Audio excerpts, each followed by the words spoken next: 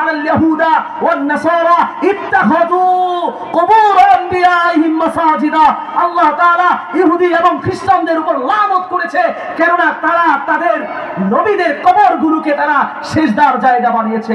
হে মুসলমান, তোমাকে সতর্ক করে বলছি, তুমি তোমার বাপে মারা যাওয়ার পর তোমার বাপের কবরের উপরে চান্দিরা টানাও কেন? তুমি তোমার বাপে মারা যাওয়ার পরে তোমার বাপের কবরের উপরে গম্বুজ নির্মাণ করো কেন? তোমার বাপের কবরকে তুমি মাজার বানাও কেন? তিনি একজন মানুষ, তাকে সেভাবেই থাকতে দাও। যেখানে আল্লাহ রাসূল সাল্লাল্লাহু আলাইহি ওয়াসাল্লাম বলছে যে তার নবীদের কবরগুলোকে তারা মাজার বানাইতো, সিজদার জায়গা বানাইতো, আর তুমি আর আমি ওই ইহুদি খ্রিস্টানদের মতো আমার বাপ তোমার বাপ, এমনকি ছাগল মারা গেল ছাগলের নামে মাজার বানায়। কিসের নাকি ছাগল সার মাজার, ওই সিলেটে গিয়ে দেখেন বান্দর সার মাজার। এই হলো অবস্থা। এই জন্য মুসলমান সতর্ক থাকতে হবে। আপনার আমার ঈমান মূল্যবান জিনিস, আপনার আমার ঈমান যেন কেউ হরণ করে নিয়ে যেতে না পারে। আমার কত বন্ধ বাবারা আছে জানেন কি বলে? এই আশেপাশ থেকে শোনা যায়, কয় এলা বেলা প্রেমের খেলা, কেউ বুঝে না। আমার বলে আমার বাবার কাছে মুরিদ হইলে নামাজ রোজা লাগে না। বলেন এই কথা?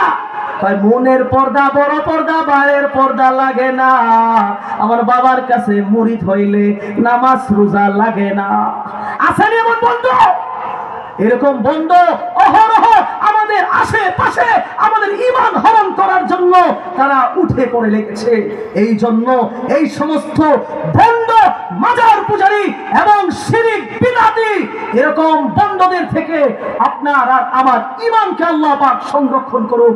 আর আমার আপনার মা বোনদেরকে বলছি, এই যে চৌরাস্তা, এই যে ময়ফুল নগর দরবার শরীফ, আল্লাহ তাআলার গজব নাযিল হবে যদি কোনো আমগায়ের মা বোন আমার মাই যেখান পর্যন্ত যাচ্ছে, আপনারা যদি এই ময়ফুল নগর দরবার শরীফে আপনার বোনকে আপনি যাওয়ার অনুমতি দেন, আপনার বোনকে সেখানে যেতে দিবেন না, আপনার বোনকে বাধা দিবেন, তারা যেন সেই মাজারগুলোতে না যায়।